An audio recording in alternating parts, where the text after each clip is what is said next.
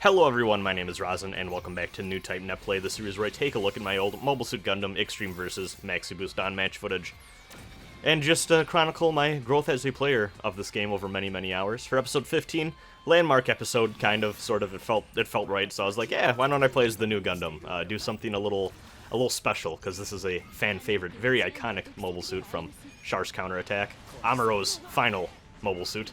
I like the High Nu a little bit more, but, you know, the Nu Gundam is pretty cool as well. Just the High Nu wins out a little bit for me in terms of what I like. Fighting the next two here, which is always fun because I always fight them and go, oh, I know exactly the type of bullshit you're going to try to pull, buddy. Which I feel like gives me at least a good advantage when fighting X2s because, like, I've lived so long in that mindset, right? Gonna try landing a super here. Yeah! And I love that they did the, they made Nu Gundam's super a last shooting, but with the fin funnels also helping out. And that'll actually, there's actually a, you can summon the beam barrier, which uses the fin funnels, and when that happens, you only have one active fin funnel out, so if you use that super while the beam barrier is activated, you're only able to have the one auxiliary fin funnel shoot along with you, and the super does less damage, which is just a really good attention to detail little touch thing that I appreciate a lot. But yeah, managed to eke out a win there. Pretty smooth match, all things considered. There we go, we're doing good. Was partnered there with someone named Ninebreaker, always happy to see a fellow Armored Core fan out in the wild. You know, mecha fans, this is a very cliche joke in anime circles, and I'm so sorry for repeating it. It's been beaten to death like a dead horse, but they're truly like stan users, especially if you're playing like a Gundam game online or something. Like this game, Battle Operation 2, which I really need to get back to actually too. I only played that for like a couple hours, and I always meant to spend more time with it. I have a lot of catching up to do, and I really need to. I really want to go back and learn how to play that game properly. I should reinstall that soon. But, as I was saying, mecha fans online in these types of games, they're truly like stan users. They just draw themselves to one another, which I guess makes sense. It's a mecha game. But I still remember my favorite example of that was the time I was playing Titanfall 2 when that first came out on PC. And I ran into the person who had the EA Origin username Zone of the Enders, all one word, and I was like, you know what? It makes sense that you are playing Titanfall. You know, like, I am not surprised you're a fan of this game, so shoutouts to that guy. But yeah, anyways, maybe enough about me rambling about meeting fellow mecha fans and games, and more me chatting about just watching this Nu Gundam gameplay. So, the Nu Gundam, ooh, that was a very good super to close out that round there. I was trying to chase, and I was like, you know what, the super travels far. Why don't I just close it out here? So that was cool. Didn't get the full animation, but whatever, who cares? So, the Nu Gundam is in line with Amuro's other suits in this game, in that it is a very good, balanced suit that's kind of, I feel like I say the word all-rounder a lot in these episodes, but there's a lot of suits in this game, especially protagonist suits, that do kind of cover that that niche. Not really a niche, I guess, if it's an all-rounder, but a lot of the protagonist suits I feel like are designed to be a little more user-friendly in terms of having solutions for all different types of situations, having a really good kit that covers a lot of different ground in terms of having stuff that's good at range, having stuff that's good at melee, not having anything super specialized or weird. So, yeah, you got a lot going on here with the Nu Gundam. You can summon this beam barrier, which will block out I believe, all projectile damage. I don't know if it... I don't think it blocks melee. Let me check that. I think I have GG open up here. Yeah, all ranged attacks will be blocked by that beam barrier while you have it out, which is pretty cool. But the flip side of that, like I kind of said already, is you can only have one funnel active then,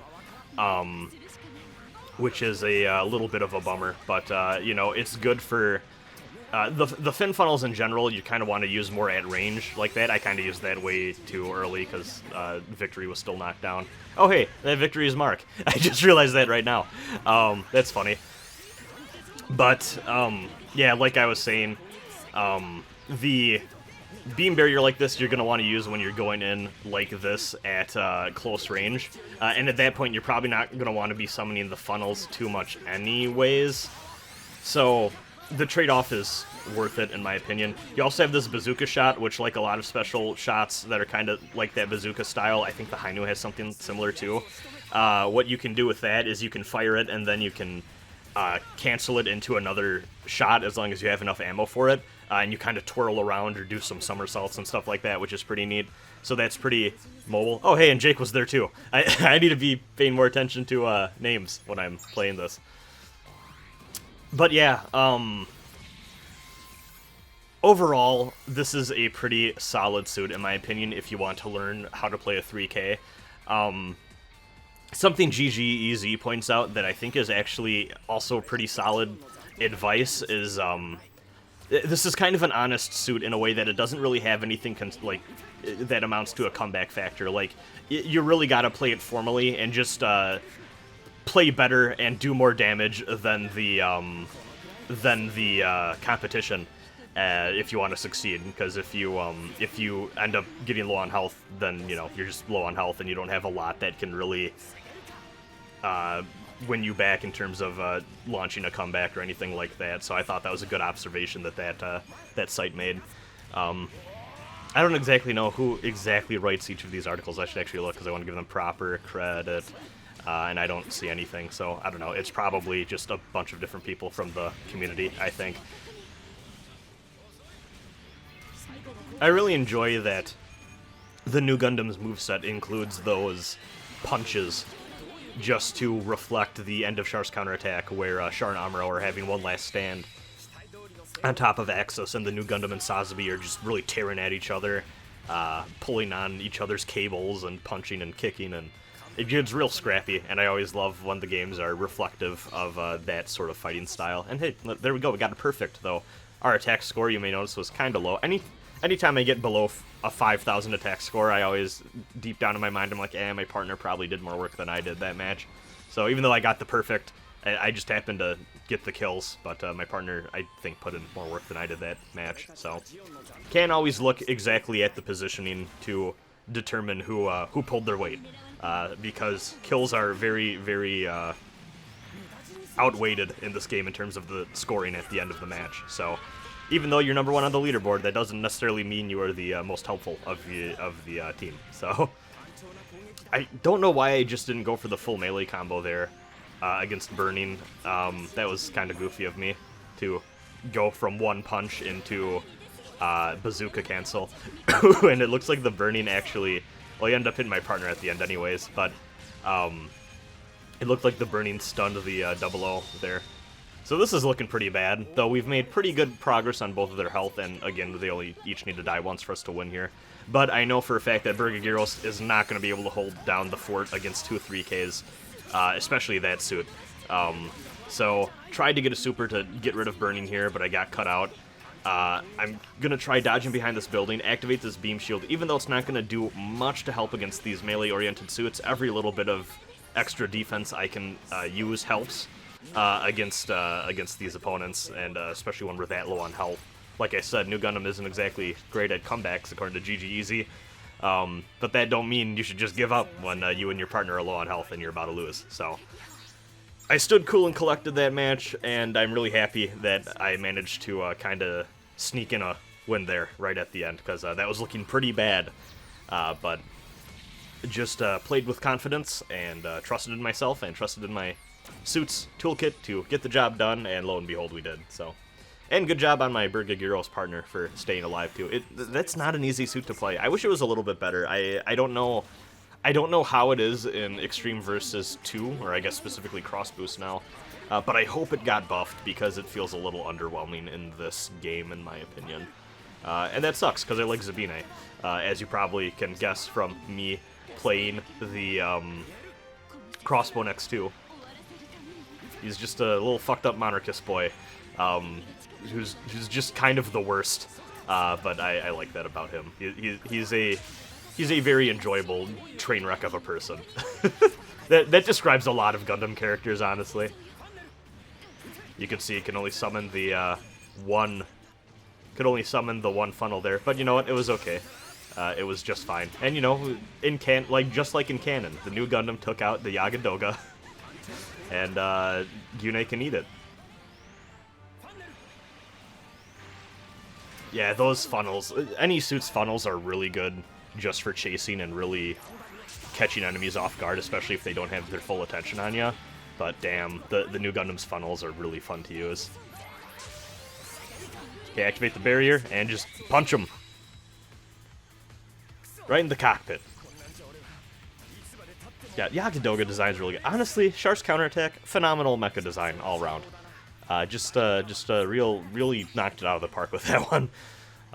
You know, I suppose that makes sense. It's a high-budget movie and was kind of the big Gundam project at the time to kind of wrap up the original story arc. So that makes sense that they want to make sure they got everything right. I don't know if there's any Char's Counterattack suit that I explicitly don't like the design of. I think they all are pretty solid.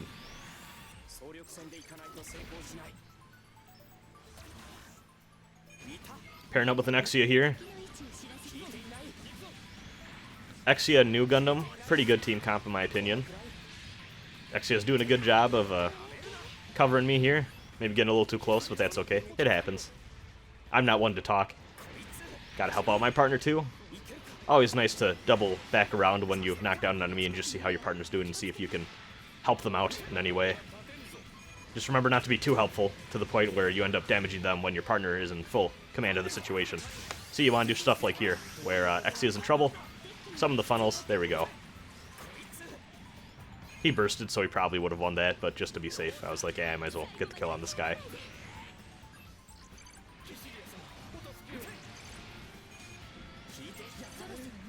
We're both going ahead.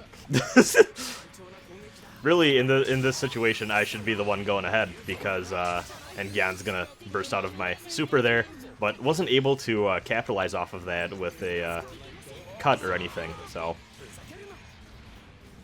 I kind of looked out there. But yeah, in this situation, really, I'm the one who should be going ahead because it's better for the 3K to die first, so. But, you know, it was fine. We played pretty in sync there, even though we had a little comms disagreement, it looked like, with who should be going ahead. But, you know, it worked out in our favor, and that was a pretty good game. We both played pretty on point.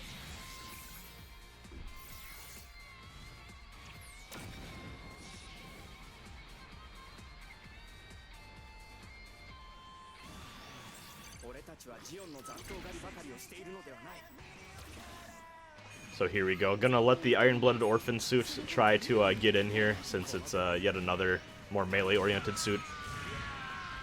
Fighting Gold Sumo and Zaku, amazing. This is a pretty strong team too. If they can get stuff going.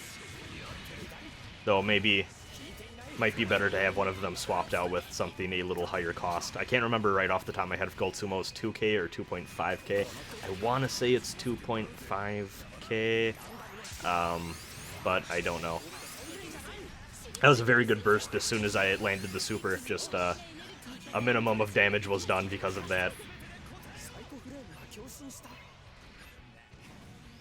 But we got a pretty good lead going here, even though both my partner and I's health are pretty low, so it matches closer than it may seem.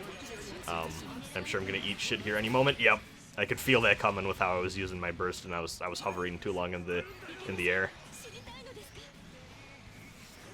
Or I should say in Vernier, that's the community term, so I want to try to be as good about that as much as I can. But, unfortunately, my hubris got the best of me, and I ended up dying, so.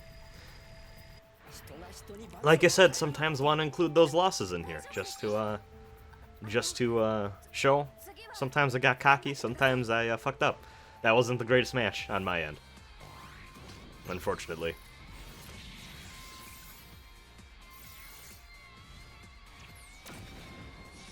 Got a Shadow Gundam as my partner. Shadow Gundam makes a pretty good complementary suit to a 3K. And honestly, Shadow Gundam, in the right hands, is a very scary suit to fight.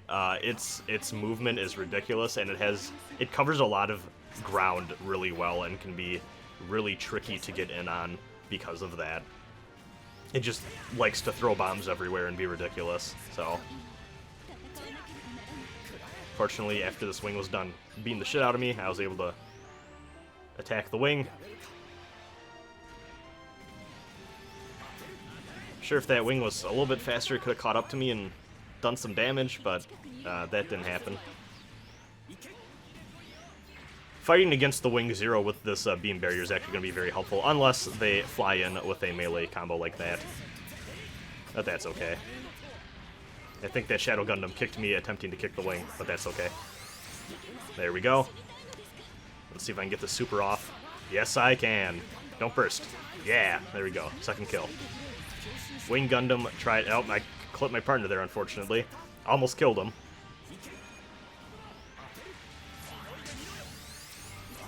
But that's okay. Schwartz Bruder can take a lot of damage.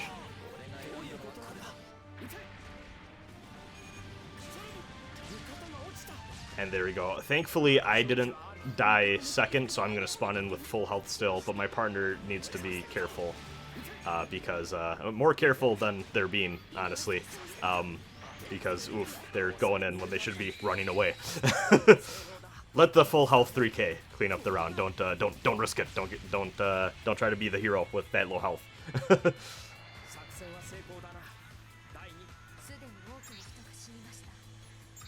That was also a very good round. Damn, my attack score. Whew.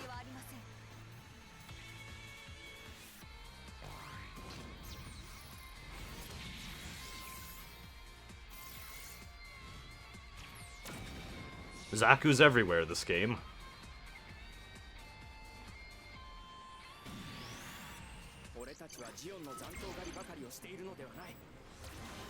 I think this might be my least favorite map in the game. I've thought about this before, but it's not the worst layout in the world, but I feel like the something about that area behind the rock, I just don't like being around there. And it just always weirds me out. And there's other maps in the game that have kind of enclosed spaces like that. Like there's the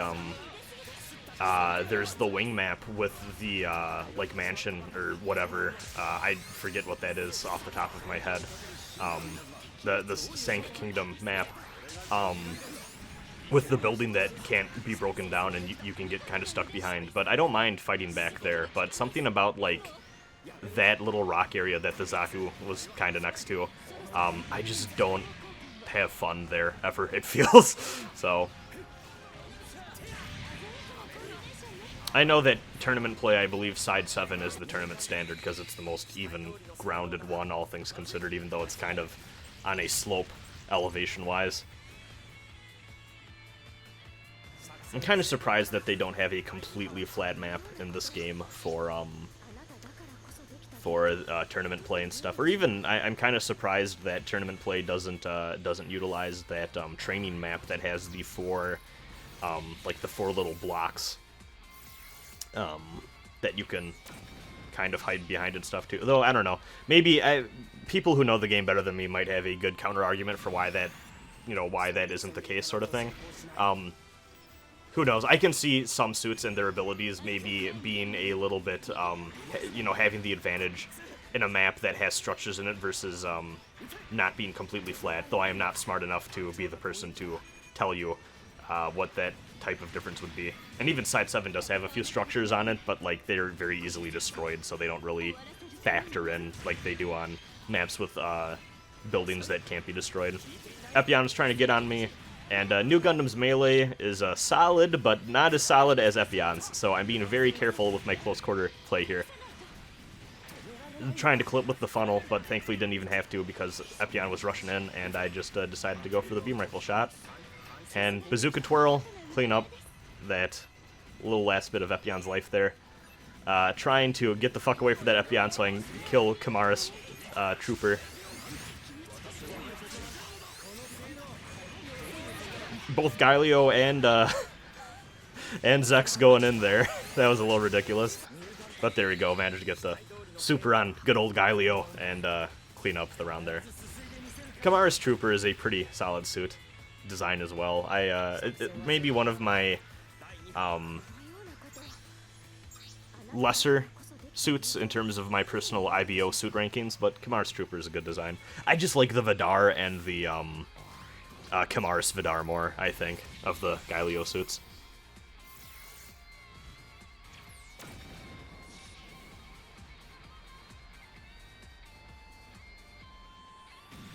Bale and Alex, that's kind of a interesting team. That's team we're gonna charge in and you better dodge the fuck out of there. Team. That's what that team comp is. Once again, Melee Suit was trying to rush in without being considerate of the fact they can just get shot in the face. See, that's the beautiful thing about playing 3Ks with high boost, is sometimes, even when combos and shit are happening in the air, you can just boost on over and slap them in the back. That doesn't happen too often, but when you have the suit with the boost capability to reach over there, that can be very nice. I feel like a lot of Bales get, because Bale is a very hard to cut suit, especially if they start doing like the ladder climb combo thing that they can do. I feel like a lot of Bales get very complacent in terms of thinking that they're completely free from being attacked when they're midair. That's not the case. And if the person really wants to hit you and they have the skill to, they can. Being Bale isn't a get out of jail free card for getting hit out of the air. And just in general too, both with that Epion and also this Bale. And I mean, hey, I'm guilty of this too. I think everyone who plays melee suits like that, especially the higher cost ones, is kind of guilty of this to some degree. Punching the Alex in the back to win the game there, but you know, you gotta be careful when you're just charging in from mid to long range, because even though those moves are very scary, especially if you're real close and you get hit, and they have a high likelihood of getting hit if you don't dodge out of the way in time, you're still setting yourself up to get shot or something too. So you really gotta be careful with that. I think I forgot to cut off my or edit that to just cut to the next match right away. So. Sorry for seeing the character select screen for all of 3 seconds. Alright, I'm down to fight with Easy 8. 3K 1500 team comps can be really weird. But at least when you when the 1500 spawns back, at the very least you have or if the 1500 dies first rather, at least you spawn in with half your health, so getting overcost isn't as bad as it could be otherwise, but I feel like it's kind of a... Sometimes I can feel like 3K 1500 cost, and I'm not exactly sure where the meta stands with this team comp, though I don't feel like you see it often. It feels very weird and unbalanced, and I almost feel like it's a little bit better to do like 2.5K 1500 or 2K 1500 just to really maximize the fact that you have a lot of life to work with.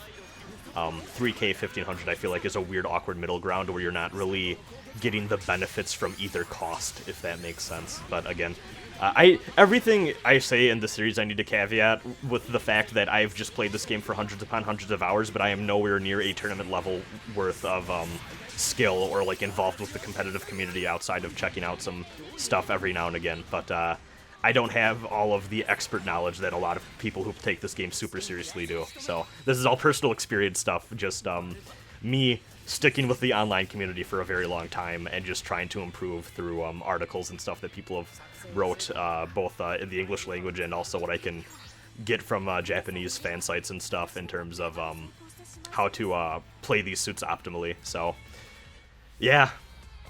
I'm never claiming to be an expert who really knows what he is talking about with this series. I hope I've impressed that onto everyone by now. It's just all personal experience and kind of what I've noticed and reflected on playing this game for so damn long.